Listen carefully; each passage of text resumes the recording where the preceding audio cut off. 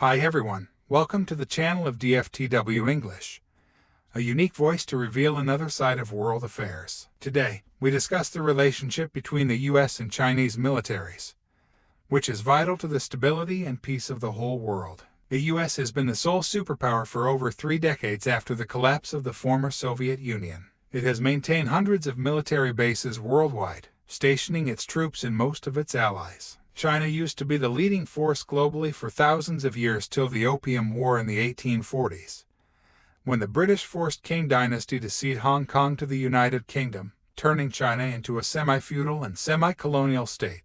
In recent years, China has made unprecedented economic and military achievements, becoming the world's most significant economy based on purchasing power parity and manufacturing GDP. Its military is also among the top 3, with mutually assured destruction capability. In the past 2 or 3 years, the Chinese military has also started to strengthen its striking nuclear force, able to cover the whole world with its hypersonic missiles. China never says it needs 5,000 or 6,000 nuclear warheads to safeguard its land and people. Still, it has delivered a message to the world through the former chief of Global Times, who's sieging that a big country like China should have at least 1,000 atomic bombs to deter anti-China forces. In 2019, the Chinese military demonstrated its nuclear missiles when celebrating the 70th National Day of the People's Republic of China. China has also possessed the world's top-class nuclear submarines, capable of attacking its opponents stealthily. In 1994, China's first-generation Type 403 nuclear-powered submarine already dared to face America's Kitty Hawk aircraft carrier striking group in the China Yellow Sea for over 70 hours. Deng Xiaoping ordered to pull the trigger if the U.S. Navy did not retreat, and at the last minute, Kitty Hawk left the China Yellow Sea. In 2006, a Chinese Navy submarine of Type 039 broke through the U.S. carrier defense and surfaced just 5 nautical miles from the Kitty Hawk aircraft carrier. It was a conventional submarine loaded with anti-ship missiles, able to attack the aircraft carrier in such a short distance. China's latest nuclear submarine is reportedly able to launch YJ-21 hypersonic anti-ship missiles to attack opponents over 1,000 kilometers away. It is more difficult to find the Chinese nuclear submarines than to locate America's F-35 stealth fighters. So the Pacific Ocean is not safe anymore for oxidized U.S. aircraft carriers and rusty warships to protect the navigation freedom without considering other countries' interests and safety. 2 essential powers in the world, the Chinese and American armies, should not confront each other. The world cannot develop peacefully without cooperation between China and the U.S. militaries. Confrontation is not beneficial to either the 2 countries or the rest of the world.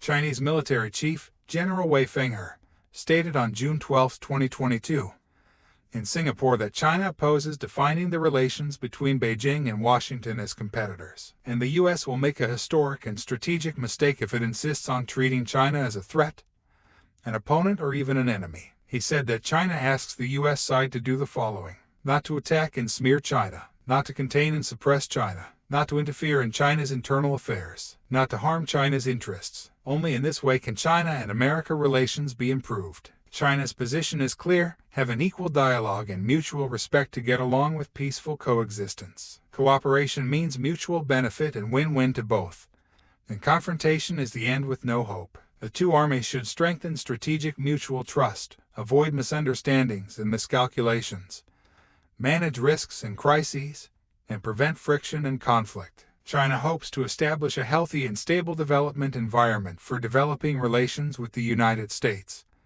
but it will also firmly defend its national interests and dignity. The Chinese defense minister delivered a speech at the Shangari-La dialogue on the morning of June 12, 2022, at local time. Concerning China and U.S. relations, Wei Fenghe said that it is currently at a critical juncture. China believes that the stable development of China and U.S. relations is in the common interest of both countries and the world. On his first face-to-face talk with the Chinese defense minister, U.S. Defense Secretary Lloyd Austin discussed the 2 countries' defense relations and regional security issues. He underscored the importance of the People's Liberation Army engaging in substantive dialogue on improving crisis communications and reducing strategic risk. However, he reiterated to the Chinese general that the United States remains committed to its long-standing One China policy, which is different from China's One China principle. The U.S. Defense Department's readout on its official website puts America's domestic law Taiwan Relations Act, before the 3 U.S. and China joint communiques and the 6 assurances. The U.S. Defense Secretary reaffirmed the importance of peace and stability across the strait,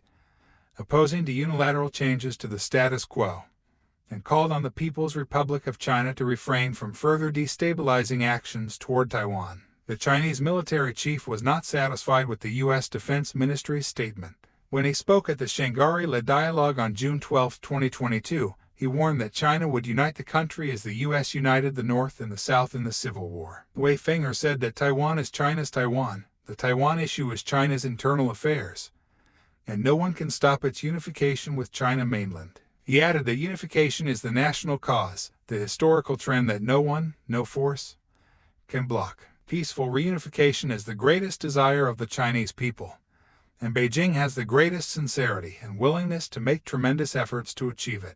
The Taiwan issue arose from the old China's weakness in the Civil War, and today's China can resolve it along with the great rejuvenation of the Chinese nation. The Chinese general asserted there is no good end to Taiwan independence secession. He took America's Civil War as an example to show Beijing's resoluteness in solving the Taiwan issue. The United States fought the Civil War for the country's unification. Although China is very reluctant to have such a civil war, we will firmly crush any attempt at Taiwan's independence. If someone dares to break Taiwan apart from China, the Chinese army will fight to the end, at any cost. Wei Fenghe stressed that interference by external forces would never succeed. Some forces have reneged on the One China principle and exaggerated their so-called commitment to the Taiwan relations, supporting the Taiwan independent separatist forces to go against the grain by using the so-called Taiwan Relations Act to play the Taiwan card to contain China. China is firmly opposed to using unilateral domestic laws to regulate other nations' issues and interfere in other countries' internal affairs. Here I am also telling the Taiwan independence elements and the forces behind them, the Chinese general said,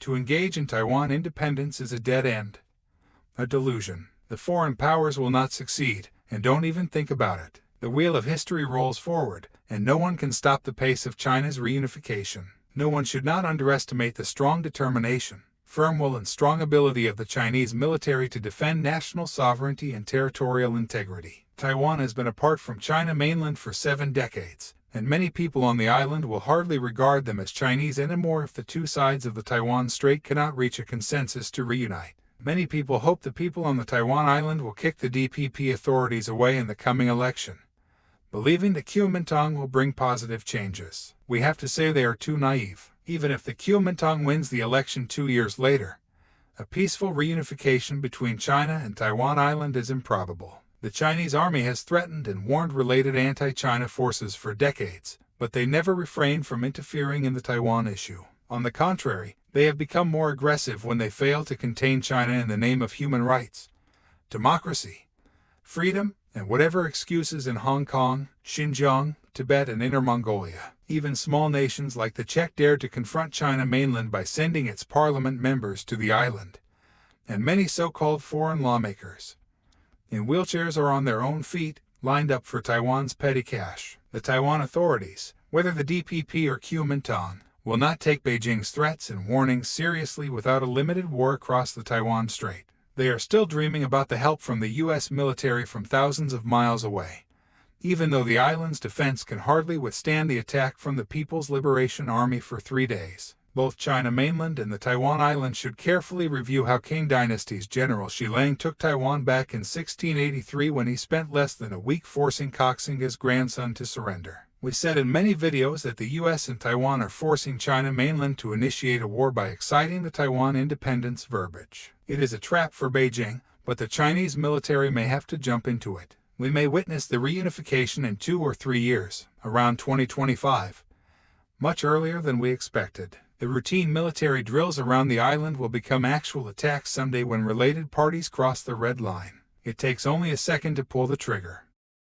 Thank you so much for your continuous support. Your precious time with us is highly appreciated. We do our work as a mission, a cause. Please help us grow and reach more extensive audiences by forwarding our content to as many people as possible. We publish videos daily and post long videos on topics viewers are interested in once or twice a week. If you have not subscribed to our channel or turned on the notification bell, please do it now, so you will not miss our new content daily. Please use the PayPal or Patreon link below, or scan the QR codes to support us.